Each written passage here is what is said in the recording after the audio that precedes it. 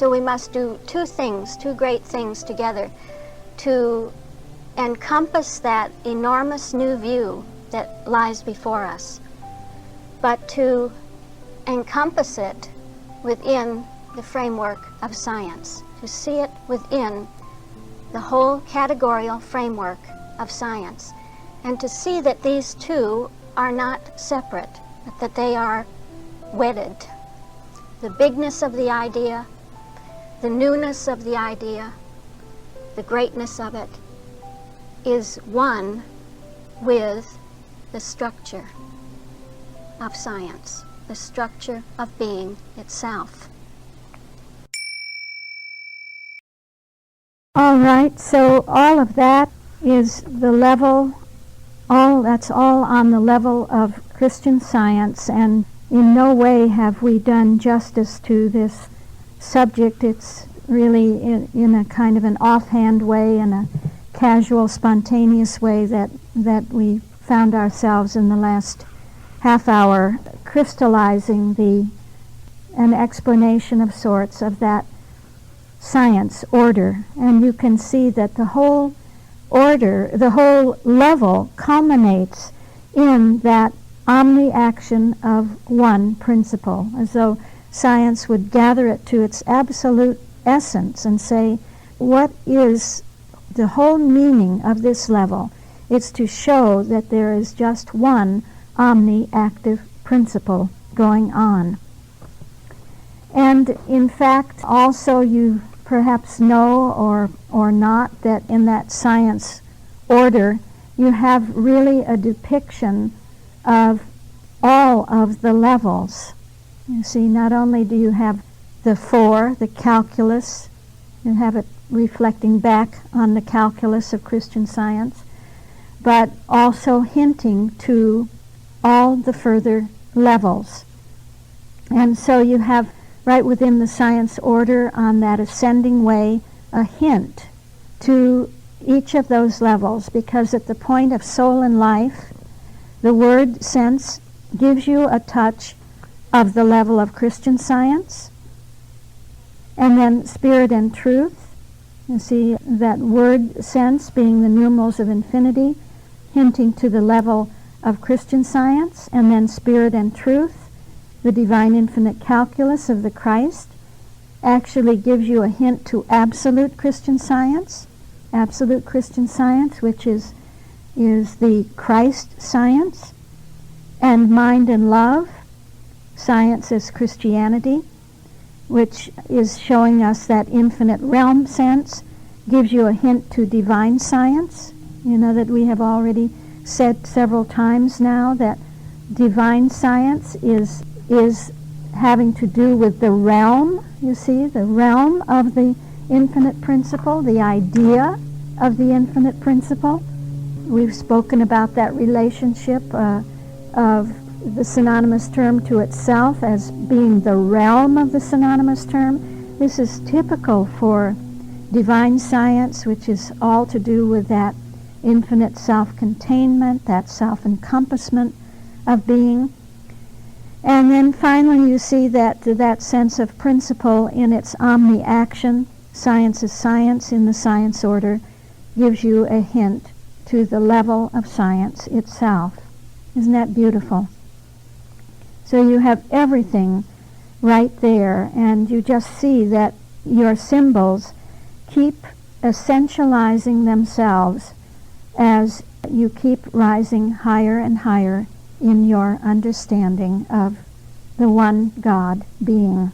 And on that ascending way, we can already begin to grasp the infinite design of being.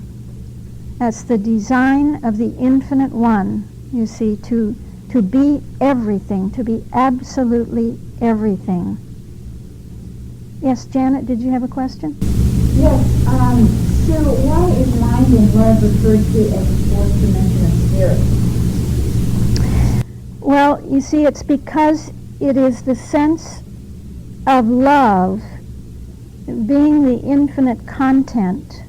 Love stands for that standpoint of there being an infinite content or range that we're talking about when we speak about the fourth dimension of spirit. And it's that infinite, you see, hold of love, that containing of love, that love holds all the calculations that the divine infinite calculus calculates. So when we say all the calculations, we mean all of the ideas of mind, you might say. That all of the ideas of mind are held and contained within the infinite range of love. So that's mind and love. The fourth dimension, you know that Mrs. Eddy speaks in Miscellaneous writings, I believe it is, about Christian Science as being the line, plane, space, and fourth dimension of spirit. Let's get that quote right. Actually, it's that she says that the calculus of Christian Science explains the line, plane, space, and fourth dimension of spirit. And without getting into the matrix of Christian Science, perhaps I shouldn't even mention it, but let us just say that this is another fourfold flow. You see, line, plane, space, fourth dimension. It's a fourfold flow. It's a calculus flow, actually with the accent on Christianity. This is a flow of the calculus with the accent on Christianity. And so you see that the word gives us a sense of the line of spirit. It's a line of development. Isn't it wonderful to have the answers to so many of these things that one has always wondered about? And then the plane is all to do with the Christ, because if we understand the inner office of the Christ, we know it is to translate itself illimitably, without limit, to every plane, that the Christ comes to every plane of consciousness. So there you have that Christ touch. And then Christianity, which always has to do with the field or the sphere or the realm, that is the space which holds the outcome of that line coming to every plane, you see, without limit. And if it comes to every, you need something that holds that contains that, every, and that's always Christianity.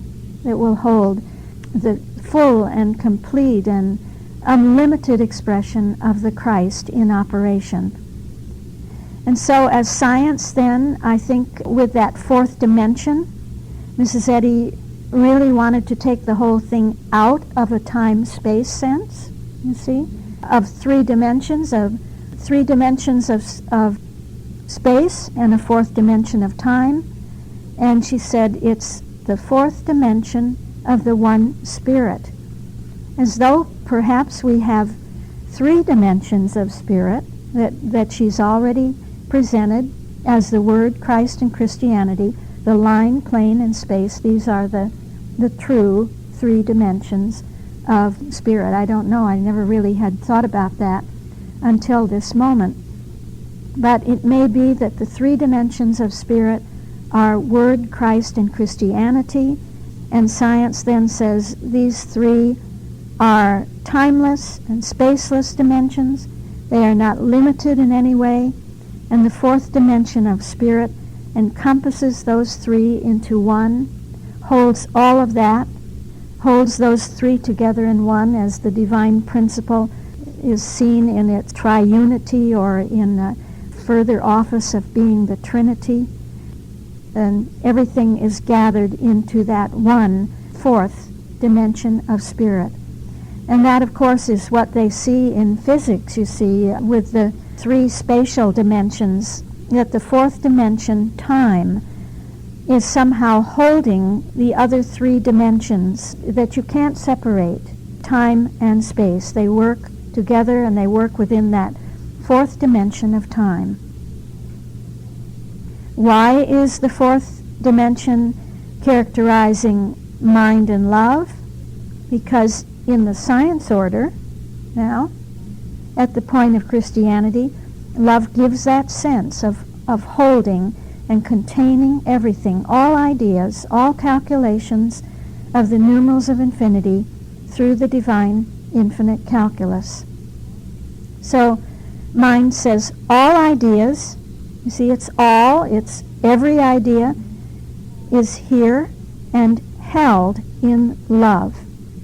John Dorley also referred to mind and love very often as matrix, because when you see something in its matrix, you see every possible aspect of it. Every possible aspect of it is there, and it is all held together as one, in one. That would be the love aspect. Is that clear? Sounds like we need a class on the matrix now. Why not? Yeah. Well, we see that we have really in the whole design of being two great movements. We have a descending way, that's the movement of the infinite principle as it becomes divine, and as it shows itself forth in its divinity as divine science, and continues through the levels of absolute Christian Science and Christian Science to unfold itself, to explicate itself without limit, without limitation. It's a great descending way of self-unfoldment. And so, again, it's as though you begin in science itself with that infinite one as being, and being what we have referred to as the implicate one. We have that term implicate.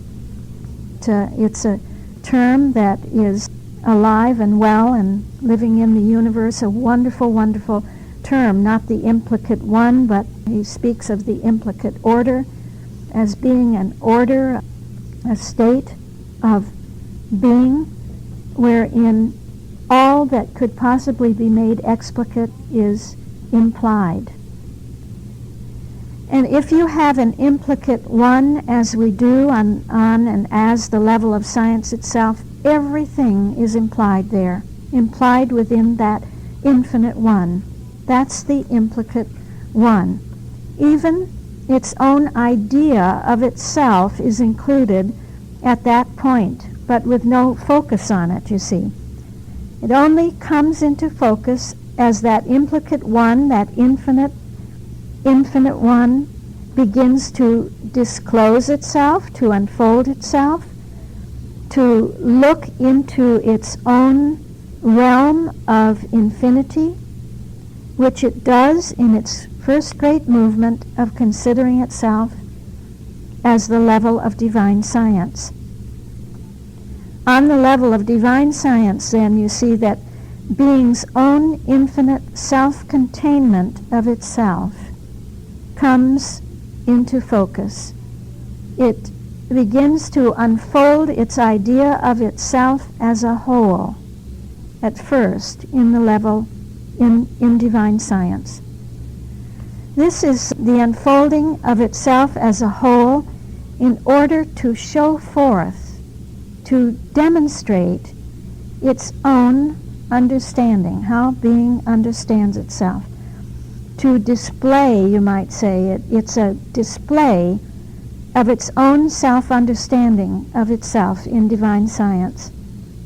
And so being says, this is my idea of myself, and it's of the calculus form.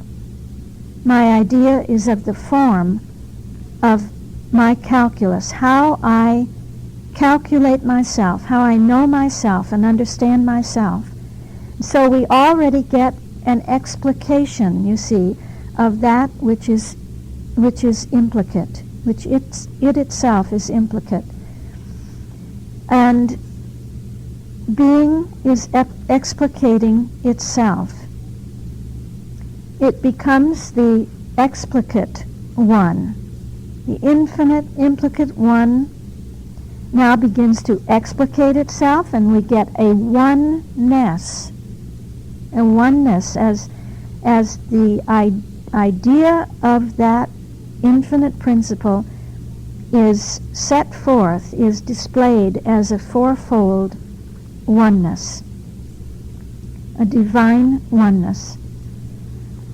I love that sense of display. You just feel that being is unfolding, unfurling itself, setting itself forth in a self-evolution, presenting itself, and that display of God showing himself forth as the whole universe, you see, and that's exactly what divine science wants to do. It wants to set forth the universe and the universality of that one principle, the whole of the heavens, all the heavens, everything in the universe displays his handiwork.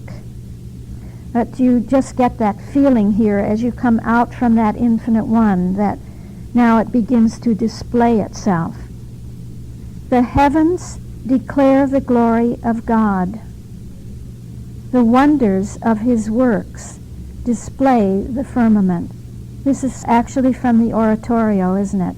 The firmament, you see, showeth his handiwork, and all the lands resound the work, never unperceived, ever understood.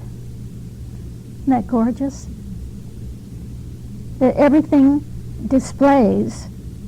You see, there isn't anything that isn't understood on that level. And that's certainly what we have found at the standpoint of science, in divine science, that everything is perceivable, is understandable. It's even more beautiful than I had remembered it.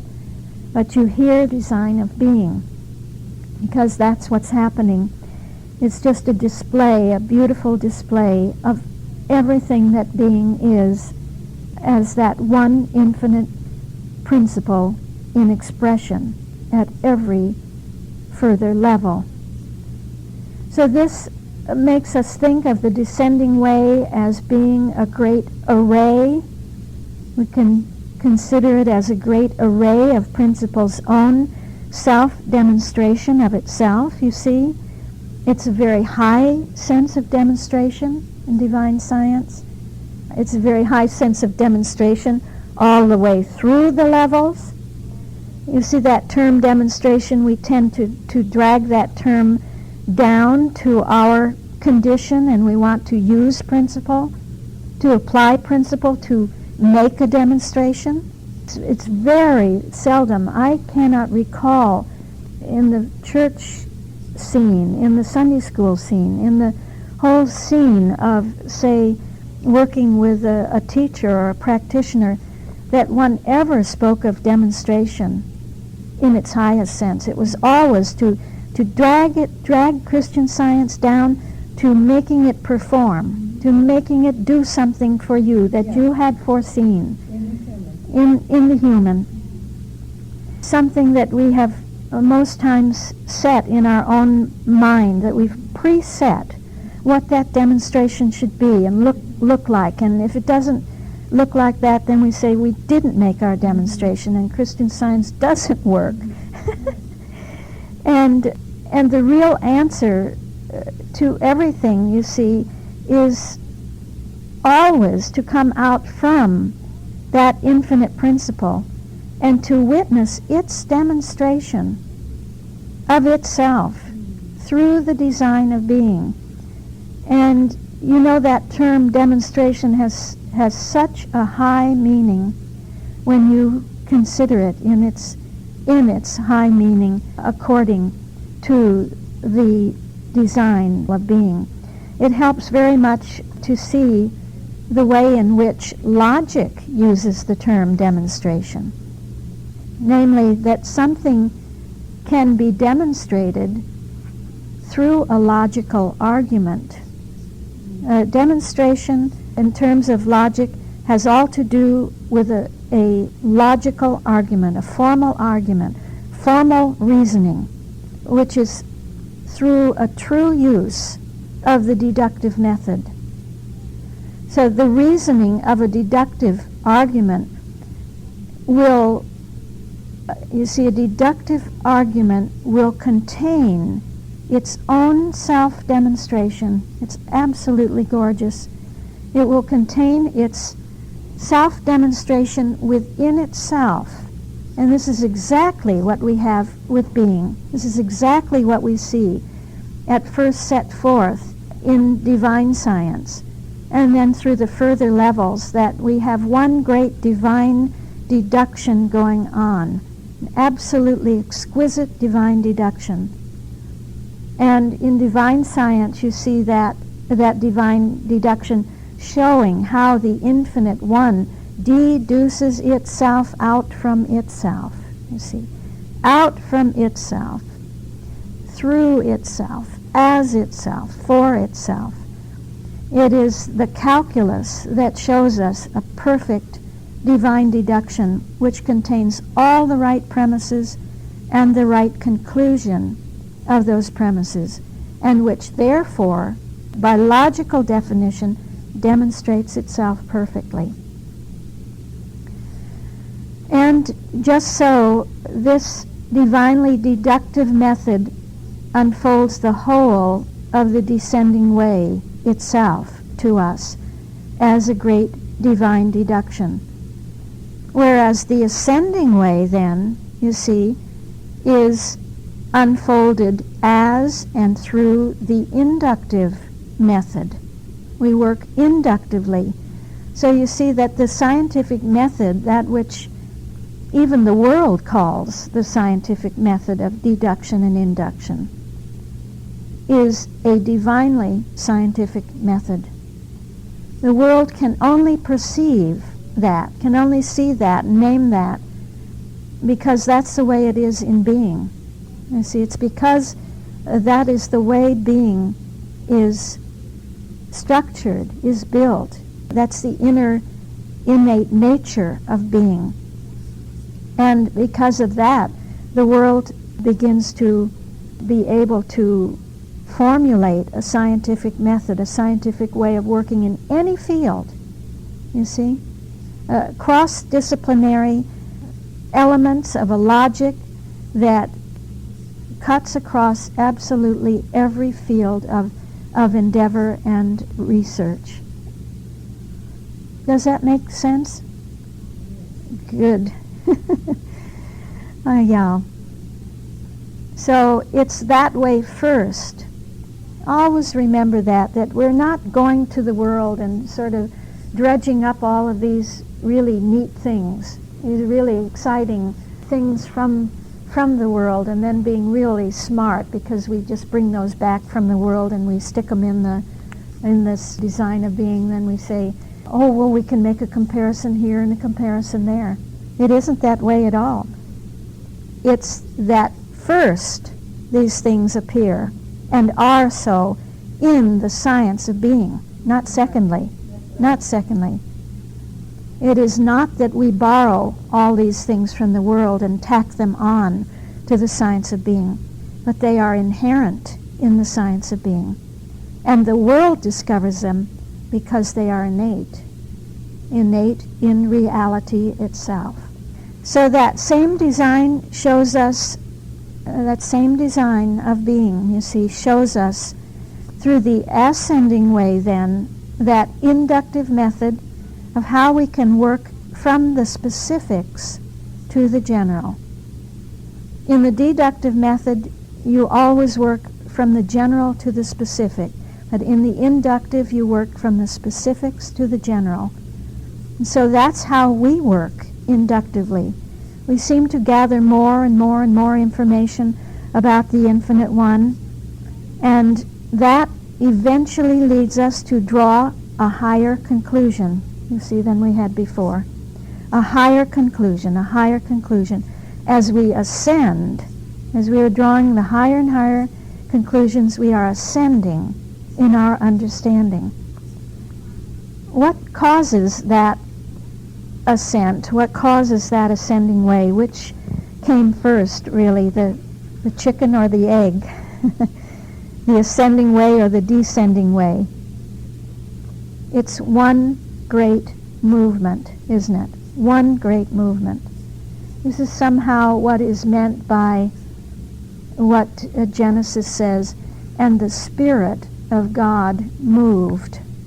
It's that Spirit, that pneuma hagion, that holy wind, as she describes it in the glossary, as Mrs. Eddy describes it there, as the movement of Spirit, the Holy Ghost. You see, that is a breathing in and a breathing out. A breathing out, that descent, and a breathing in, the ascent, the descending way of divine demonstration, and the ascending way of understanding are one great movement. Cybernetic, it's a cybernetic circle, and we do nothing on our own, but every ascending movement within us is the impact of the descent, the descending way of that divine Spirit, that Holy Ghost.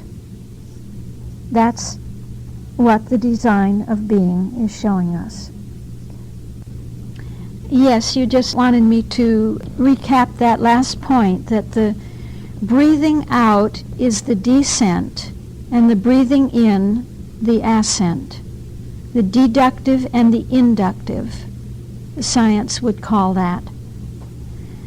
Does that help to get a feel for the design of being, for the movement of it? You see that it's not static, that it's dynamic, it's ever moving, always moving within consciousness, within the individual consciousness, the collective and the universal consciousness. And you see how it is so much rooted in the calculus, in the four, in the idea of the infinite one principle, which comes to us, to human understanding, through its own self-idea as the calculus. The calculus knowing and understanding everything. It's the means of understanding absolutely everything about the nature of God and its operation. Well, this is like a crash course and a refresher course all at the same time in a very big way. And when I was getting ready for the class, it suddenly dawned on me that this was a class on absolutely everything. So I think it behooves us to review what we have learned, quote unquote, over the years, and to really give as much of a context to our present work as possible. That's what we're doing together. So thank you for doing that with me. And we see that the whole presentation of the subject of the synonyms is overformed and must now be overformed onto the design of being. And we really can't ignore what lies at every point of intersection on that design. So this past hour or this morning was my way of reviewing and refreshing what those deep categories are, what they are actually all about, and how they are framing the results that we have now for the seven synonymous terms and their ideas.